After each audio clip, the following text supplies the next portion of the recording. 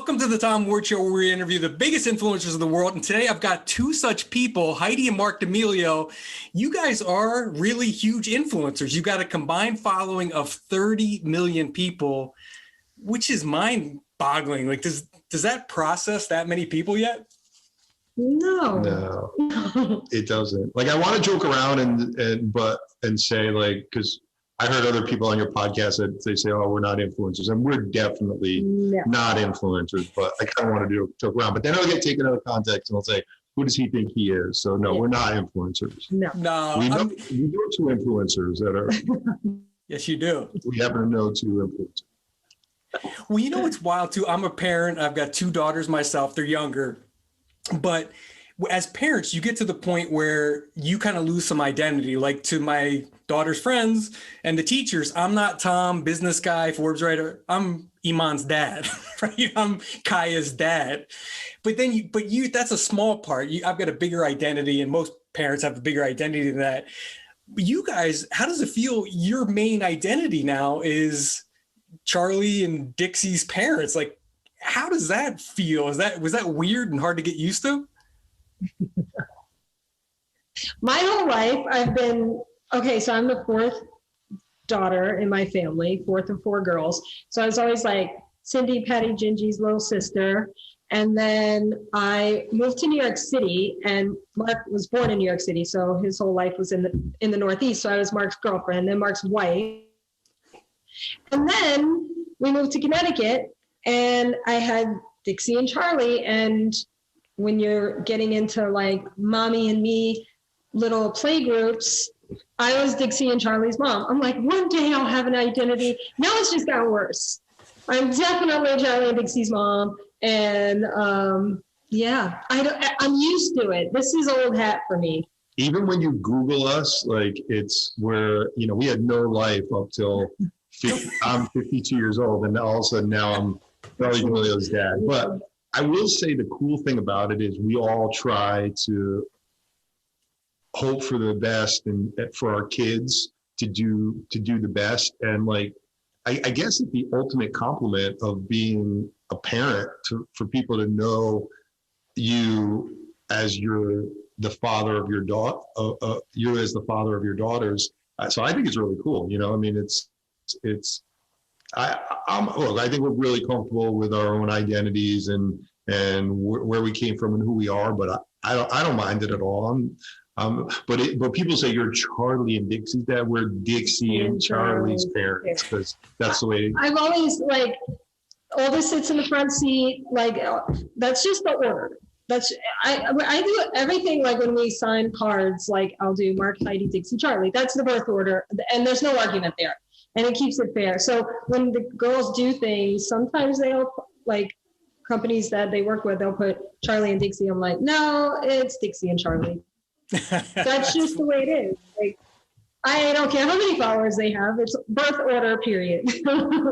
That's funny. Things have changed a lot in the 2 years. Like, we'll get into like how, but the one thing that just jumped out at me, and I saw it, and Heidi, I want to see if you go mama bear on this, that I saw Charli just quoted as saying, TikTok's not as fun anymore because of all the hate she gets on the platform and other social media platforms too. As parents, that's got to drive you crazy. Starting out, you could have never prepared them for that side, could you? It goes in cycles, though, Tom. It's like she was both girls were very authentic, and then they started the negative comments started to get a little bit more prominent, and then I think most recently, over the last maybe month, Charli had been slowing down because she just wasn't into reading the negativity. And then over the last week or so, she's kind of found her groove again and made some really cool content that was interesting that people have liked. So I think just like anything, I think kids lose passion for sports. You see that all the time. Like they grow up playing Little League and then they play varsity sports, and then they're like, I'm not, it kind of comes and goes. But I think to answer your question, it stinks, but it's part of the territory we're in right now. And we just kind of go with the flow. How have you experienced now that you're creators, right? We won't say influencers, but we can use the word creators because you're creating content. How do you guys get hate, or use as a pretty positive overall? Yeah, we get our share of hate. But again, even with us, it comes in waves. Like, if I post something with the girls, oh, she's such a caring mother. And then if I post something by myself, oh, like, what, does she not care about her kids? I'm like, what? Like, they just weren't around me when I took that picture. The dogs were, or whatever. So it's like I try not to get caught up in the love or the hate. I just try to stay in the middle, but it's hard. It's weird. It's very weird. We've learned you're damned if you do, you're damned if you don't. If like I remember I would post with Dixie or I post with Charli, and then they would say, so we've kind of taken the approach now that we're very lucky to be in the position we're in. No matter what we do, if we cured cancer, they would say we didn't cure it fast enough, or whatever the case may be. And it's just, and we focus on the positive and know, especially with what's going on in the world today, that we're really fortunate. We're extremely lucky, and no one really wants to hear us crying and complaining about anything, because we really don't have a ton to complain about. So. Yeah. And, you guys, hats off to you for being great. I mean, you raised two great kids. I mean, I haven't met them, but just from kind of an outsider looking, with all the other influencers out there, you hear having the mask off parties, drugs, drinking, controversy, negative tweets and drama and all that stuff. And it seemed like for the most part, they're kind of just doing their thing, and hopefully it continues staying out of all that stuff, which is great for you guys, great for them, and great for the brand too. I think that, they're still growing up. And I think a big difference in what the girls have and maybe some of the other influencers is that Charli at least still lives at home with her parents, and Dixie's here all the time. And this is Dixie's go-to place when things get rough and she needs a hug or to cry or vent or whatever. So I think when you have that constant, your parents, and we're not like, what do you do? They get enough pressure from the internet. When they make a mistake, which they will, like anyone, we kind of just are there for them and support them. And they're pleasers and they want to do the right thing. And so they're hard on themselves if there's a bump in the road. And so we're just kind of there for support. And from what they've said, they like it. They like knowing that, and I think they feel lucky that they have us here for the most part. Not every teen wants their parents up their butt, but when things get rough and they need like their core there, we're here. So it helps.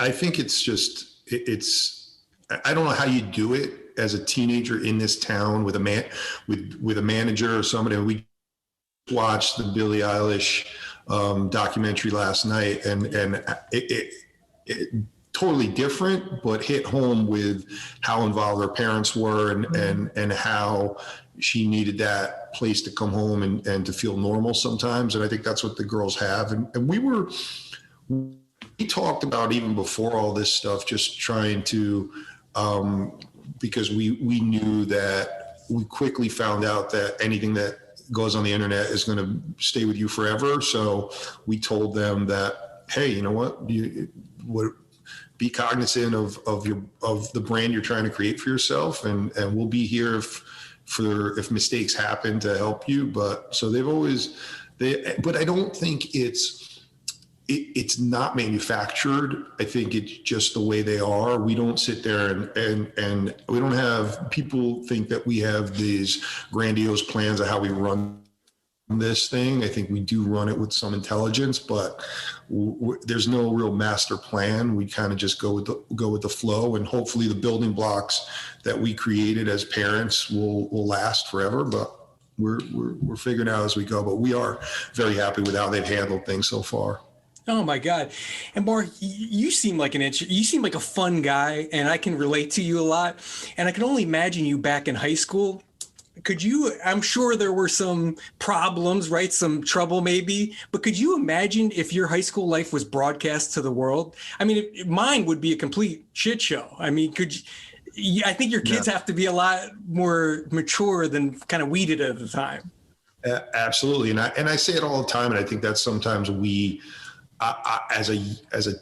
I was a teenager at one time. I was a teenage boy that went to high school and went to college. And I do tend to give a lot of the other young influencers a pass, even when some negativity may come on my daughters because of them, because I don't know what it's like. I think we were all kind of silly when we were that age, and I couldn't imagine throwing money and fame on top of it, what I would be like. So I do look at some of the kids and I say, you know, I don't need to call them out by name. I think we all know who they're all, and all that I've met, I've said this before, I think they're all really good young men, but I couldn't imagine being under the scrutiny and the spotlight they're in. Every breakup is videoed, every indiscretion, everything that they've done wrong is right there in the public. So yeah, it's tough.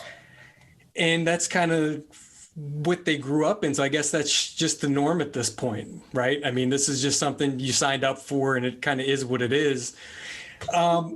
Go back to pre-social media world and stuff. Go back to you guys and your life, right? Mark, you were in the sportswear business, right? And Heidi, you were into fitness, correct? Is that kind of what you guys did before all this? Yes. Just normal living out, you know, anyone that knows, familiar with New York City, the tri-state area, New Jersey, New York, Connecticut.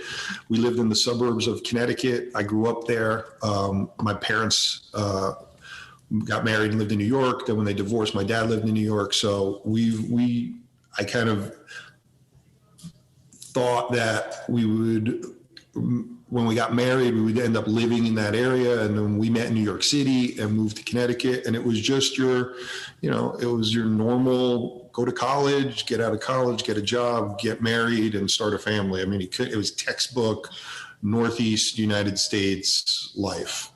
I'm from New Jersey, so I can completely relate. I went to Rutgers, I did the same thing, What exit, Tom? 4 off the turnpike. Yeah, South Jersey. Off the Parkway? What's that? Yeah, sure. Off the Parkway or off the turnpike? Yeah, oof. Yeah. The turnpike, yeah. So near Philly, right? Absolutely, 20 miles east of Philly. Sure. If the people watching this who aren't from New Jersey have no idea what we're talking about. I always say, like, when people are like Connecticut, they're like Kentucky. I'm like, no, it's like right outside New York. It's and they go, oh, okay, got it. So you're living your lives, and when this stuff starts taking off, you guys were involved in the business early on, right? You're their parents, right? They're probably coming to you with these offers that just they're randomly getting. When did it become serious? Like, what was it like in the beginning? Was it serious money off the right? I mean, did you have any frame of reference? It's like, hey, they want to give me $1,000 for this. Okay, that sounds good. I mean, how did that kind of evolve? How did you even know what was normal? The first thing that Charli got offered, she was like, Mom, somebody from like a label wants me to do a TikTok to their song, and they're going to pay me $75. I was like, okay, that's not real. Nobody's paying you to make a TikTok to their song. That's ridiculous. And if anybody wants to ask you questions, they have to go through me. So give them my email. So she did, and they emailed, and it was actually legit. And I was like, so I sent it to Mark, and we're like, all right, fine. So she was so excited. Her first one she did was for $75. And then she ended up being like #1 on that audio. They don't do that anymore, but that was, and so we're like, what? And then she started getting a lot of those. And I mean, Mark's really good with that kind of stuff and branding and just like kind of fielding, all right, just as a 15-year-old Charli, like, is this what you want for your brand? Is this the kind of music you would put on your TikTok account, just asking all those questions. And, she was like, but I want to earn money, so it was like kind of going through that. But I don't know, it happened so fast. It went from 75 to like all these offers and brands, and they want to send clothes and people want to manage. And I don't know. I don't remember. It's a little bit of a blur. Yeah, I remember I've started a couple of my own businesses, and what mistakes I've made along the way is trying to trying to do everything yourself, like trying to learn how to be a graphic designer, how to start a website. And then I quickly realized later that I'm better suited hiring experts and surrounding myself around experts. I know what they're doing. And with this, I wanted to make sure that we did not become parent managers and fall into the trap of so many other young celebrities, parents that we've heard of before. So I asked a lot of questions. Like, I didn't know the difference between a manager and an agent, and well, why do we need a lawyer? Why do we need a business manager? And I mean, I knew why we need a lawyer, but should we hire a law firm? Should we hire a lawyer directly? So, and we kind of just put things down on paper and said, okay, first we need someone to manage us, someone to protect us. And then then I think the next step we did was a lawyer to look at the contracts. And then we hired a business manager to get although Heidi and I have final say on a lot of stuff, make sure all the money's protected. There's a trust for Charli. And then we hooked up with our agent, and then we got our PR firm. So we put this whole team around us, but we kind of figured it out as we went. And when we go with a lot of gut instinct, though, I think a lot of when we meet people, we met our publicist, Kate, came out to Connecticut, and we didn't meet. Shout out to Kate. Shout out to Kate. And she brought snacks. Yeah, the kids, anyone who does business with our family, good companies are great. Good, good profit and loss statement is fine, but snacks is where we really sign the deal. So UTA brought snacks, and we signed with them. Tom, remember, we didn't do this until you sent me an edible arrangement, and that's why we It worked. I mean, that was the best thing I ever sent. I'm glad you guys liked it.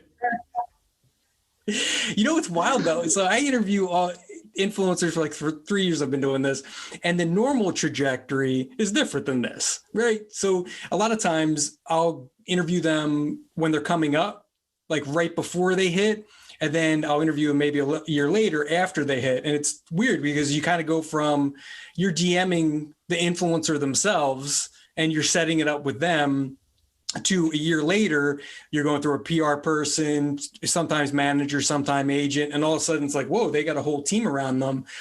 You guys blew up so quick.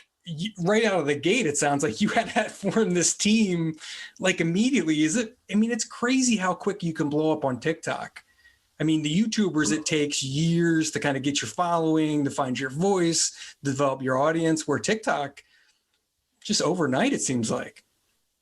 And I think I don't know that it's the best business decision for them, but they also promote other platforms. So where Charli could never, or I could never, or Heidi could never blow up so quickly on Instagram by itself. But the fact that you now take this TikTok following and there's a link directly to your YouTube and it helped not only just blow up the TikTok platform being the platform that they are, but it helped us create a following in other platforms. And we knew quickly that we wanted, if we were going to be in this game, we wanted to diversify and needed other platforms just in case, because we knew what happened with I saw what happened with Vine and potentially could have happened with TikTok. So we wanted, and TikTok made it easy. So, but it did happen really quickly. So, and you guys have been so strategic. And I want to know, how involved are you? The Dunkin Charli partnership, I'd just be curious kind of what the numbers look like, not just the money. I mean, that's probably insane, but the conversion and engagement and how it affected sales and stuff, because you saw a lot of kids just, with their Starbucks drinks to all of a sudden the younger crew drinking Dunkin'. And it seemed like it happened overnight. And it's like, wait, I think there's a reason for that. I remember I saw Charli doing some stuff with it, and all of a sudden you see all these kids drinking Dunkin'. I mean, it's amazing how quick they can blow up a brand. Talk about that partnership, because that was the biggest one, or that's the one I think that was most visible and most associated with her. I mean, as you know, in the Northeast, there's a Dunkin' on every corner. And so we would always go on Dunkin' runs. I don't drink coffee, but Mark does, and the girls would get their donuts. And then fast forward to, I guess when Dixie started driving Charli to school. So they were in high school, and there was a Dunkin' on the way, or a few. And so they would stop. And she just started, she just loved it. And she started making TikToks with it. I don't know why, like why that, and why taking a sip before you start dancing. It's sort of an odd thing, but it was just her thing. She loved it. And there was no strategy behind it. She was just doing what she does. But she did love the brand and the coffee and all of that. So it was very, very authentic and real. And Dunkin' Donuts started tweeting at her, and she would tweet back at them. It was like, and it just, they kind of fell in love. Like she was like, I have a new love. And like, they were just like expressing their love to each other, Dunkin' and Charli. And it was funny. And then they ended up coming to the team with a deal. So it was pretty funny. What we've realized, so there's two components. There's components where Heidi and I would look at deals and just say, yeah, that's not a good look for we react as parents and are protective, and it's just not a good look. And being in the clothing business and being around brands, understanding how brands could be tarnished if you make the wrong move, we definitely had some influence on that side. But then ultimately, Charli is tough. She does not do, she will look at a deal and go, I don't, no matter what the money is or anything, she'll look at it and go, it's not right for me. So then it wasn't even planned that way. But now I think the guy was our agent, who's now president of our company, basically just asked Charli what she likes. And then, so Dunkin' was a great experience. She gave them publicity and went out there without having, for the first year, they didn't pay her there wasn't a real set deal. And then Greg kind of went to them and said, hey, guys, we have this, my client is out there killing it for you. She loves you guys. Why don't we put the deal together? And they were great. And there's been other ones like that where now he just goes into a room and goes, oh, you like this? Okay, let me see if we can do something with them, as opposed to us bringing something to her that's putting a square peg in a round hole and not being right from the beginning. So.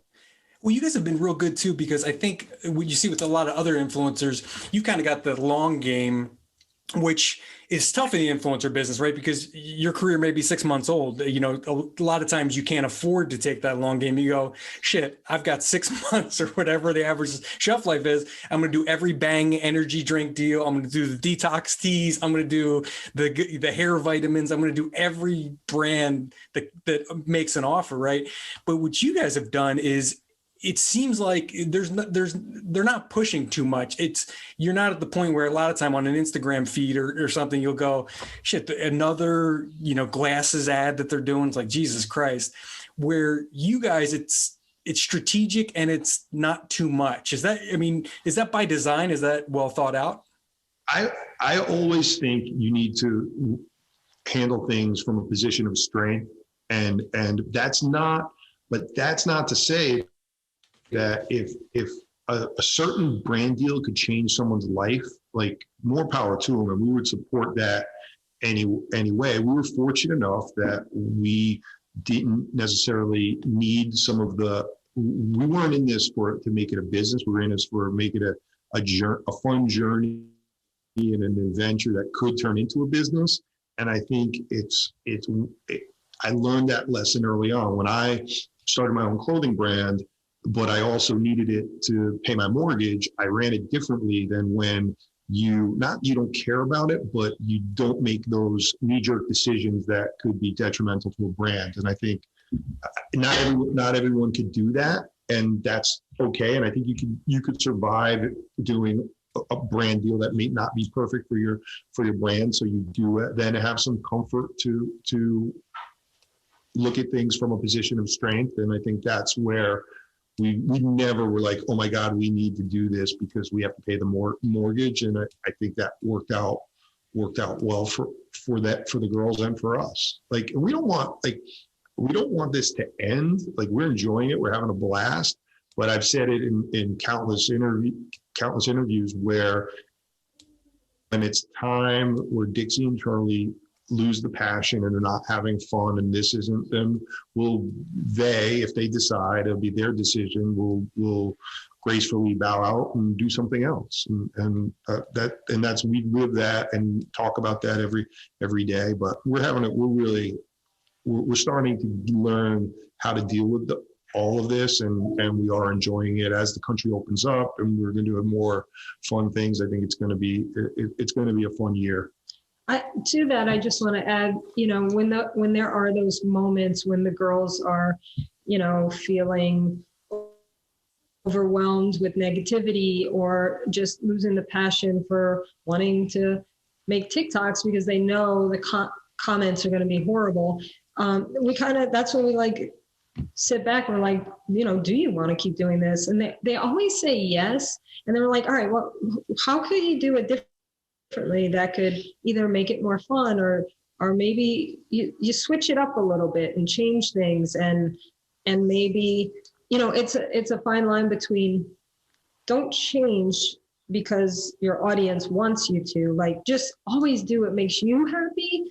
And when people see you having fun and doing your thing, they respond to that positively. And so they always kind of regroup, and they might take some time off of posting or post differently or on different apps. And then they always want to come back and keep doing it. So, yeah.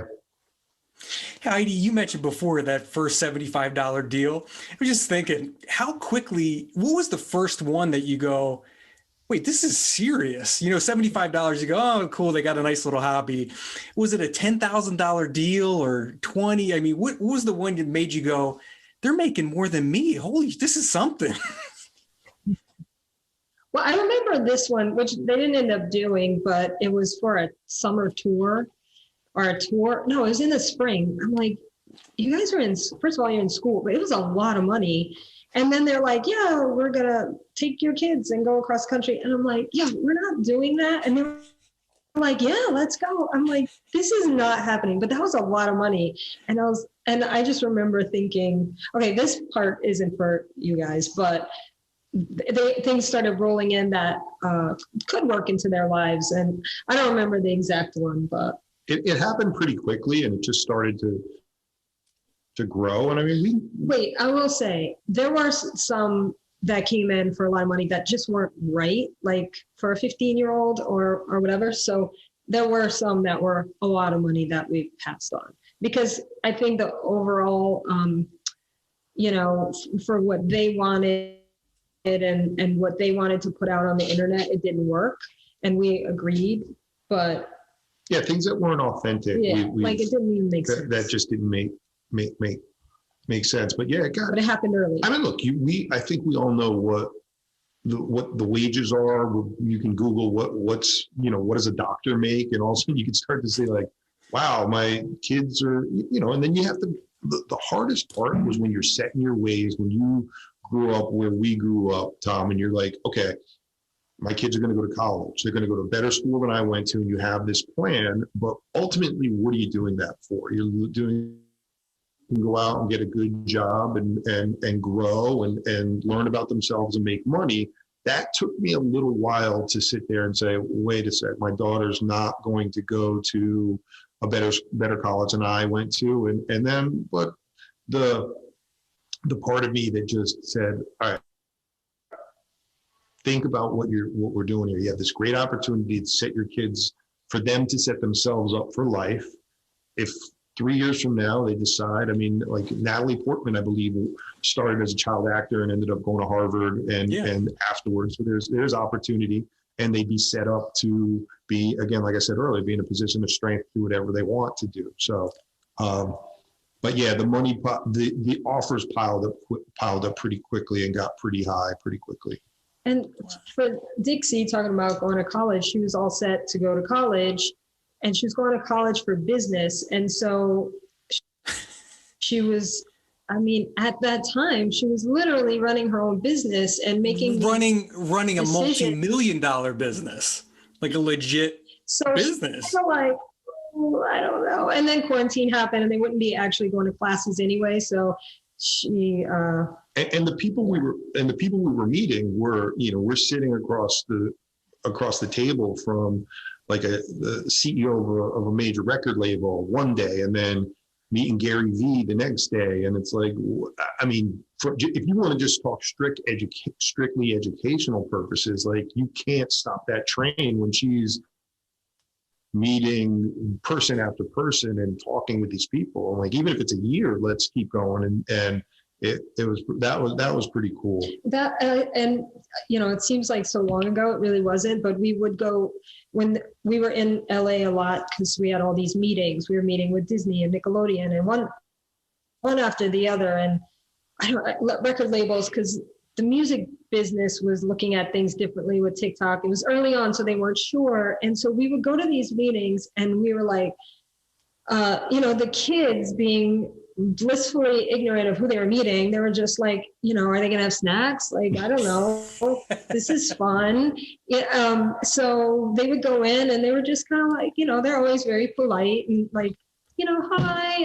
And so that they're, everyone else, these CEOs are like, okay, so what do you want to do with us? How can we, they didn't know what the answer was, but they knew they got to attach themselves to the girls. And the girls were like, I don't know. Like, I make TikToks. Like, what do you want to do? And so it was always very funny. And we'd walk out of there like, what is happening to our life? This is crazy.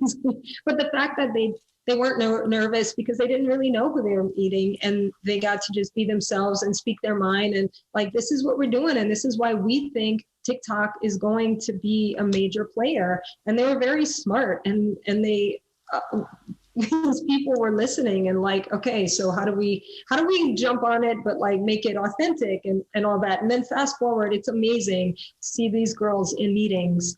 And I mean, Greg will tell us all the time, with these huge companies that want to work with the girls separately or together. And he's like, they always follow up with a call or an email, and just like, they are so business smart. They just have such a great, first of all, they communicate really well, and they're just so smart at what they're doing and their strategy, and why partnering would or wouldn't even, like, sometimes they're like, I don't know if this is going to work because I don't know if I'm right for you, and they're fine to say that and comfortable to say that. So, talk about going to college, like, those are pretty important lessons they're learning every day. And Tom, I think you said you had two young kids. One, we as parents constantly keep telling our kids these little tidbits of information that we think is going to guide them. And what's been really cool about this process is seeing those things, whether they just watched us or watched me in a meeting, or I work from the house. And I do think our kids have been influenced by a lot of people, but it's nice to see that the time you put into, I guess, just educate and parent your kids actually works. And I don't know that they would ever come out and say that to us, but other people have said that to us, or someone will say, and she said this, and I'm like, I know where she got that one from. So that's her mom said that, or I said that. So it's cool. Well, it's tough if your parents are both entrepreneurs. It's tough, and they're living that. And when you own a business, you're thinking about it 24/7. It's hard for the kids not to pick up some of that, especially the drive, which it seems like they have, and just the general business sense of this is what you do, that you follow up with an email, you're professional, you show up on time, all that stuff. I was just thinking of the girls early on in these meetings with the CMO of a huge consumer brand, right? Was it weird for them to basically have middle-aged executives kissing their ass? I mean, because that's probably what goes on there, right? They're dying to work with these girls. The girls have the magic touch to turn a brand on like that. And they got to go into a meeting where they're just really kissing their butt and trying to work with them. Was that weird for them to wrap their head around or get used to?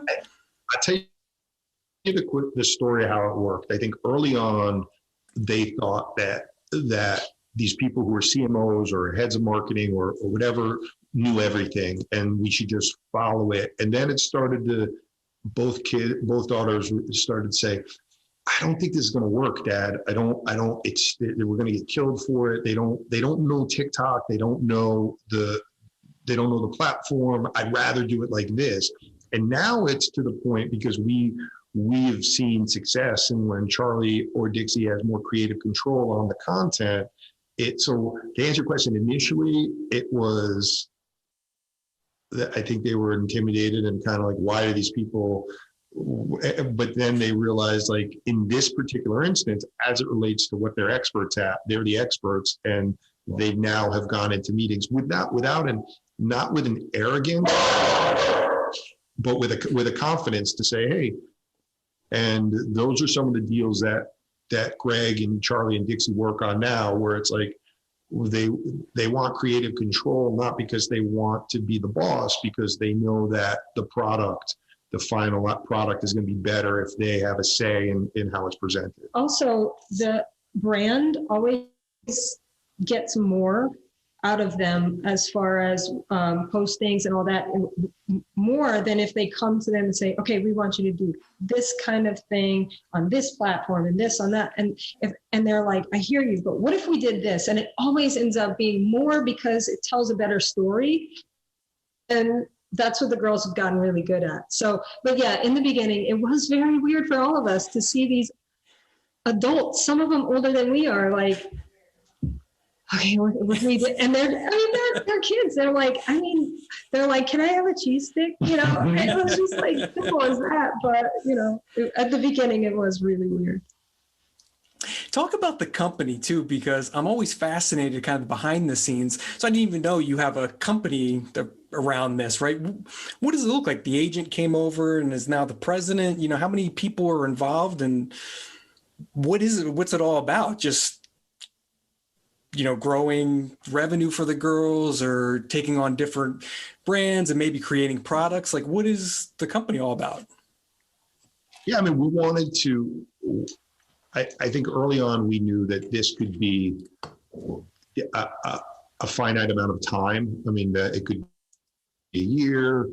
And I know that there may be a time, who knows when Dixie and Charli are not the most popular kids on TikTok. There might be a time where TikTok isn't even around. So it's, how do we set this up that is a business that they own, that they have equity in, so we set up, companies. We set up a separate company for Dixie, a separate company for Charli when they do something together. And then we have a fourth company of our family if we do something, all four of us. And then we needed some infrastructure around it, and we're growing it, and we're growing it slowly and carefully. But we knew early on that a dad and mom manager is a bad idea. Like, it's just a bad, and it's because how do you sit there and console your daughter and say, hey, everything's going to be all right, but we need you're contractually obligated to do this thing, so we got to shape, like, it just didn't work. So we have managers, and then we put Greg. So Greg worked at UTA. We're still with UTA. We love UTA.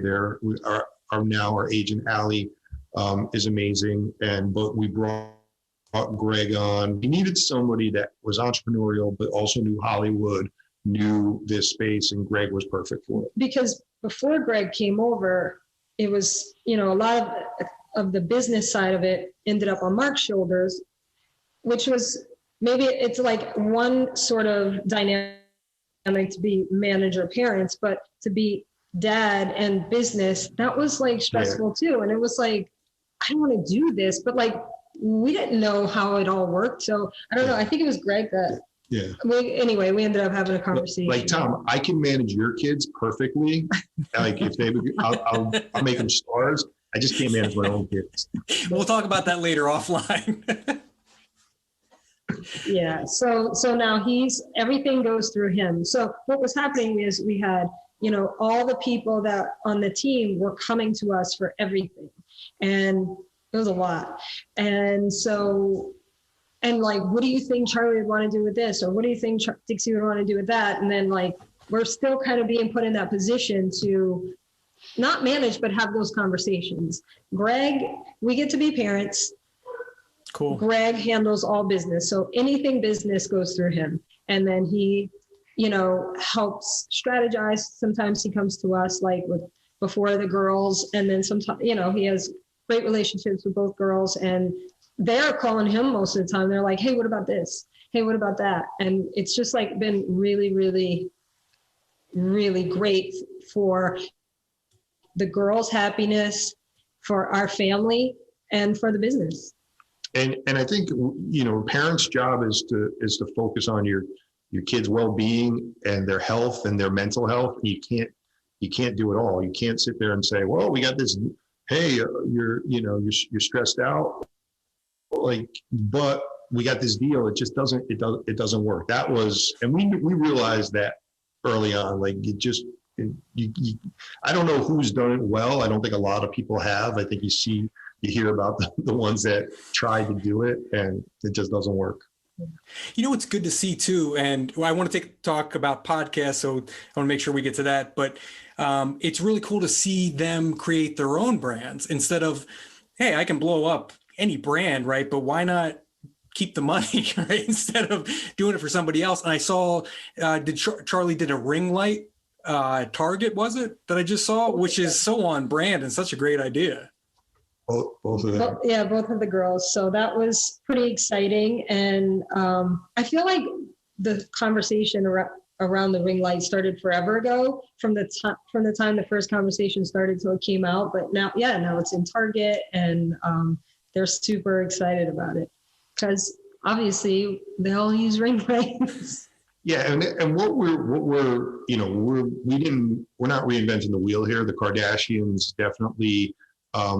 But I mean, it starts off as you do brand deals, and then you can have equity in certain companies as they come up, and then ultimately you can own your own business and do a joint venture or do it on your own. And so shout out to the people who were trailblazers before us that kind of laid the groundwork and the roadmap for us to do this. So it's.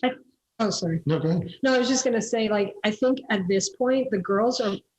They get super excited about the business side of all of this. And I think that comes to, living in a house with entrepreneur and just creating new, every time there's like a partnership, like a true partnership, or where they have equity, they get so excited because they're in on it. They really have a big stake in it, more than just, hey, dance to this song in a TikTok. So it's been really exciting for them to really get involved in the business side of it. And it's never about the money. It's the money and the businesses, or if they start a company as a vehicle to do what they're passionate about. I mean, they may find that one of them may want to be the CEO of one of these companies someday. They might want to be in the creative side. They might want to be whatever. And that's all, as parents, what we're trying to do is set them up to find out what their passions are and follow their passions and dreams, and also on top of that is be a good human being and give back when you can and as much as you can, and I think we're going down that path, and that's what we're looking for. It's funny you mentioned the Kardashians, because I know you're starting a reality show, and I was thinking about that. There's one major difference between what you're doing and what the Kardashians have done. They started out with a sex tape. That's what blew everything up, right? That was what put them on the map, and they kind of took that sensation and kind of grew from there, where yours was more organic and obviously much more PG. Yeah, I want to make. Yeah. Look, I think they grew up in a prominent family.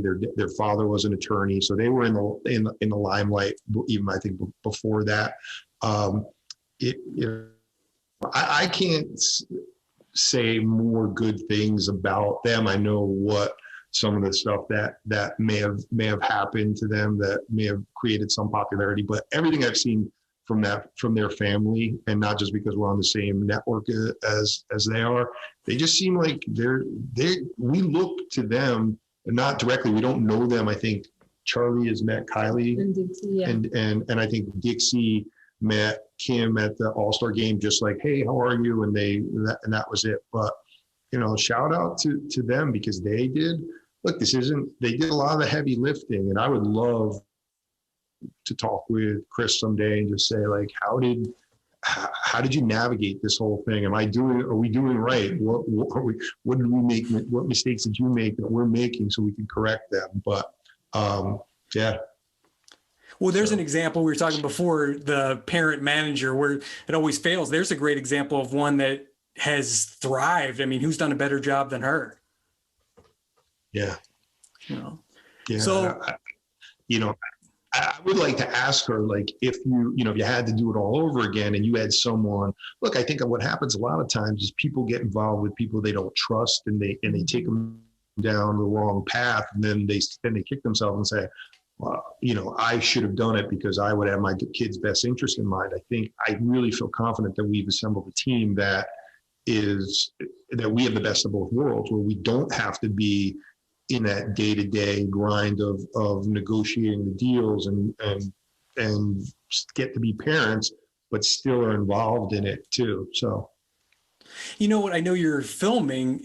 Talk about a great guest appearance. I mean, there's the idea right there. You guys and Chris sitting down. It may be interesting to no one, but I think it would be super interesting to hear kind of the behind the scenes of what she's done, and kind of you asking questions and going back and forth. I think that'd be a great conversation.